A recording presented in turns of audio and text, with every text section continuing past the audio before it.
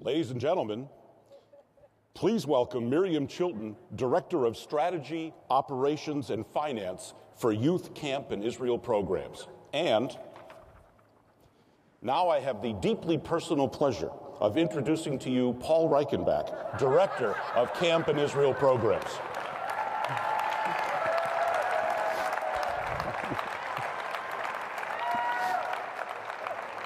Boker Tov Biennial 2013. Good morning. 23 months ago, we launched the Campaign for Youth Engagement. Together, we vowed to engage by 2020 a majority of youth in Jewish life because they are the ones who can and will transform our world. Today, we are here to share how we are engaging an ever-increasing number of young people and invite you to celebrate all that has been done to strengthen, deepen, and expand our ability to engage even more young people. Here are some of the highlights of what we have done. In the last 2 years, we've doubled the number of full-time NIFTY professionals, and we've already seen tangible results in terms of increased participation. And our amazing 14 URJ camps are serving more young people than ever before. This summer, we will open our second specialty camp, 6 Points Sci-Tech Academy, and our first day camp under the direction of Camp Harlem. We've expanded our Mitzvah Corps offerings to include new experiences in Portland, Oregon, and in Washington, D.C., all in partnership with the Religious Action Center. We now also offer exciting options in Israel, as well as Central America, and with projects in Costa Rica and Nicaragua. Israel experiences continue to be a priority for our movement, with record numbers of 18 to 26-year-olds traveling on our Kesher Taglit birthright trips.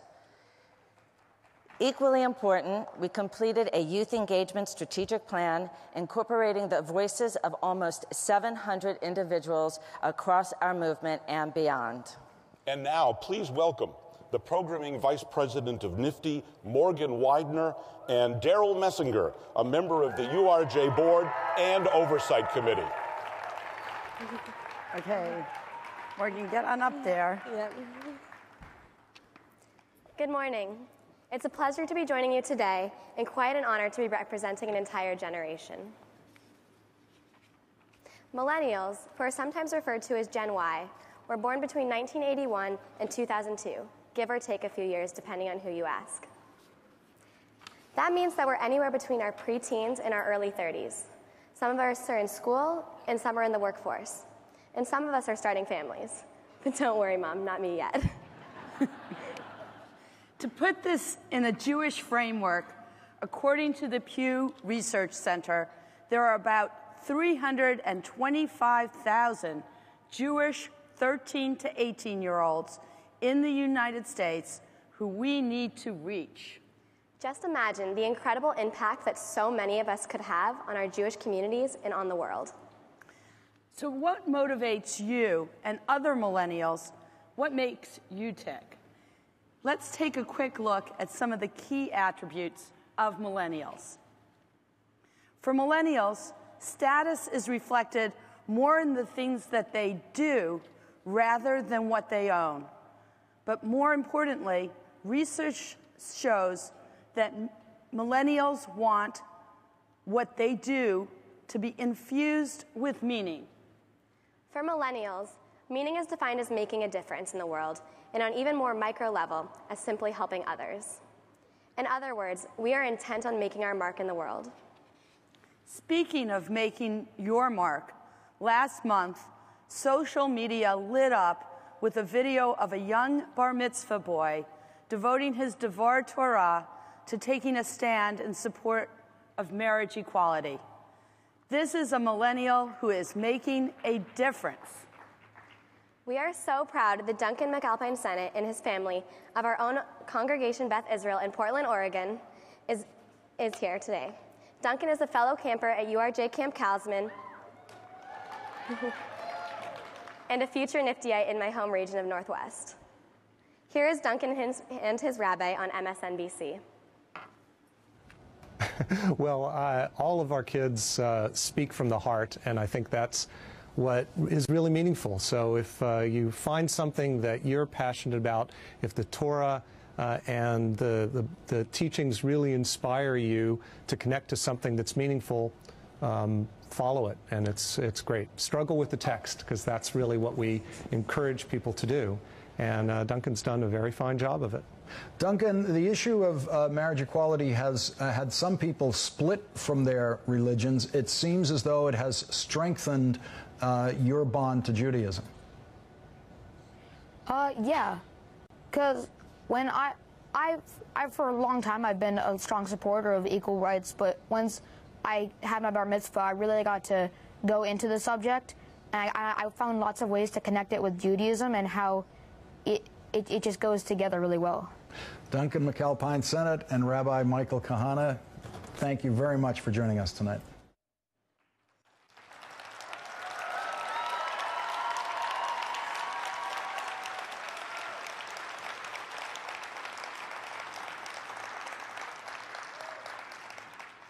A little over a month ago, I was just a kid slogging through my Torah portion and trying to remember the Haftorah melody.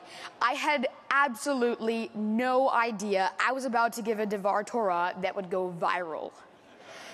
I had a pretty small bar mitzvah, but now over 130,000 people have watched that talk.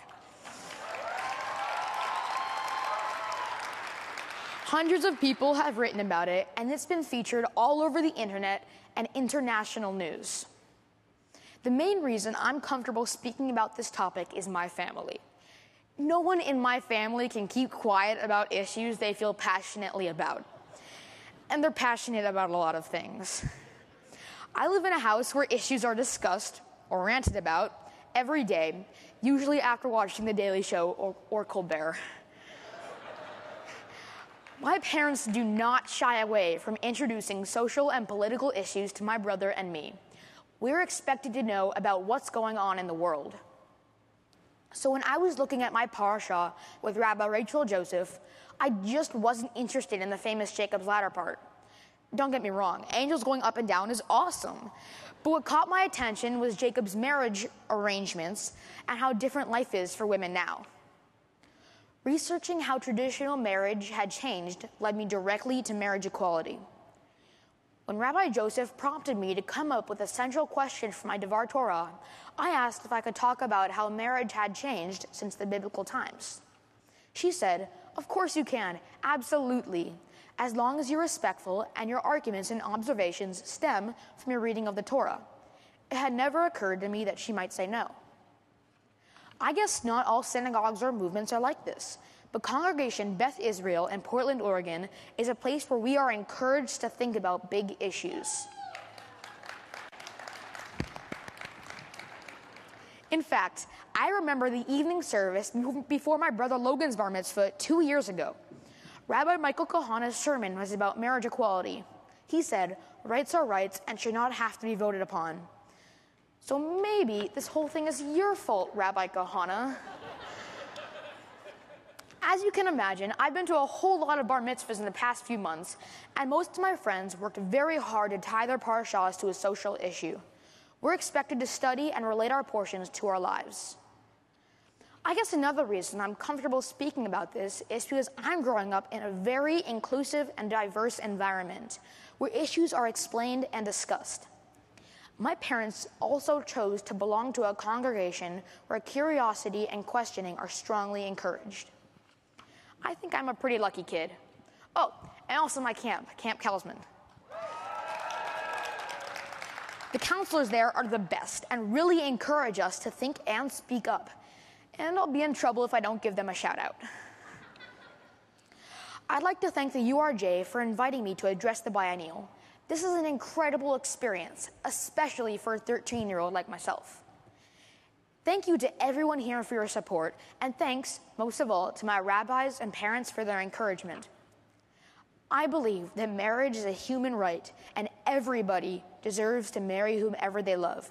That's why I got involved with Oregon United for Marriage, and I'm really excited that Oregon will be the next state to pass marriage equality.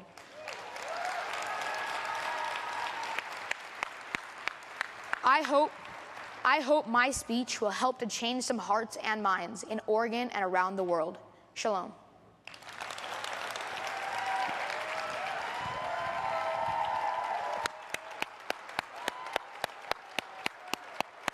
See everyone standing?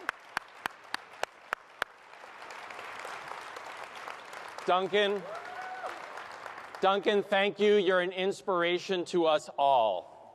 Of course, we want to recognize your rabbis, Michael Kahana and Rachel Joseph,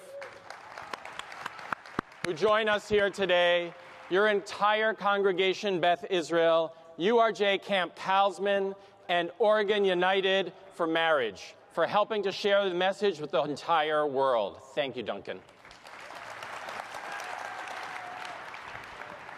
What Duncan so beautifully demonstrated is the best news of all.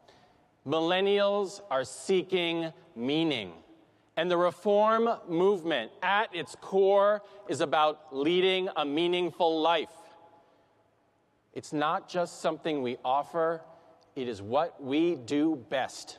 And we do it in a way that millennials will not find anywhere else. We call it inspired engagement. Granted, that's a pretty bold statement. It raises the question, what constitutes a distinctively reform approach? We are all created, B'Tselem Elohim, in the image of God. This drives our commitment to acceptance and inclusivity as core values. It is precisely the kind of value system that nurtures the Duncans of this world. Inspired engagement means that not just doing, it means being Jewish as a lifestyle. We know that we have what millennials want and need. But what steps do we take to make sure that we are reaching our youth, building relationships with them, and offering opportunities that bridge their own interests and passions with meaningful content? For starters, we have to be exceptional. That means attracting the most creative and charismatic professionals, investing in them to ensure that they have the skills necessary to accomplish the critical tasks at hand. It also means working together, partnering in new ways, and sharing innovations, research, and best practices. We can't wait for millennials to come to us. We need to reach out to them wherever they are. Our approach builds on and maximizes what we already do exceptionally well. Immersive Jewish experiences such as our camps, Nifty, Mitzvah Corps, our Israel programs, and it facilitates the development of creative ways to make such intense, inspirational experiences available locally and throughout the year.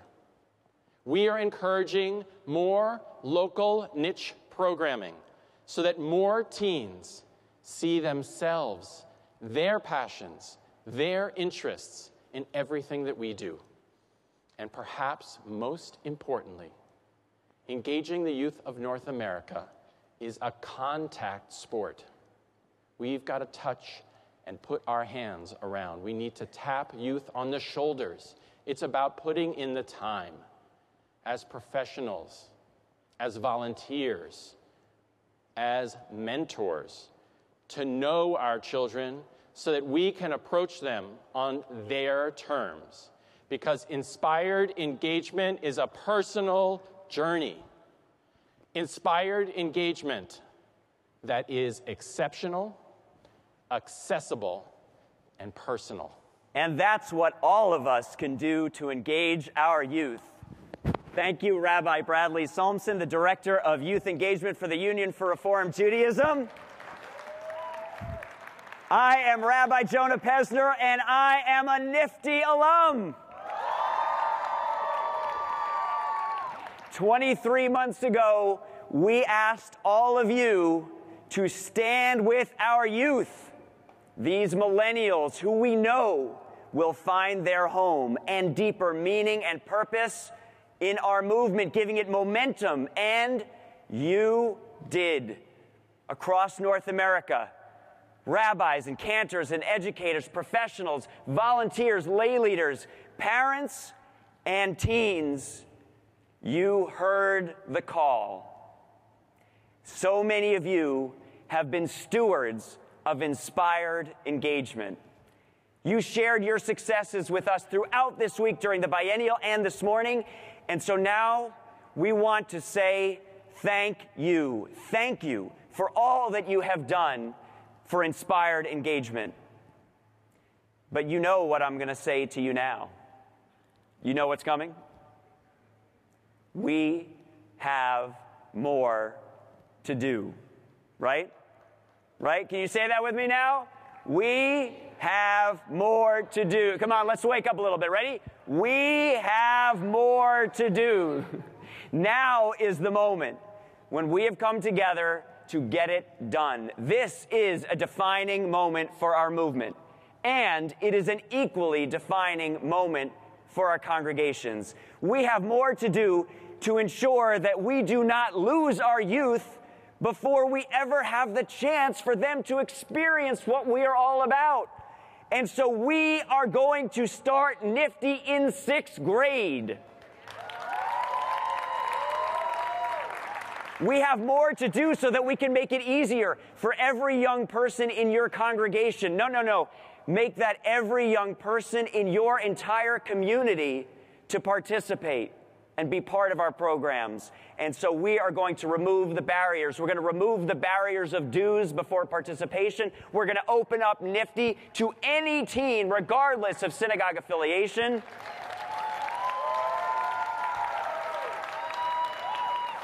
And we modeled that right here at this Biennial by lowering the barriers, and we can celebrate the 200 Niftyites who are here with us today. One more time, Nifty, let's hear you.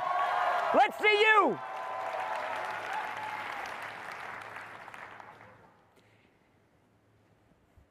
We have more to do. And so we are going to build stronger connections. We're going to build the connections between the magical 2 months of summer that we call camp and the incredible 10 months that we call Nifty into one seamless year-round experience of engagement. And we have more to do to rally our alumni. How many here are alumni of our Camp in Israel and Nifty programs and Mitzvah Corps? We need you, alumni.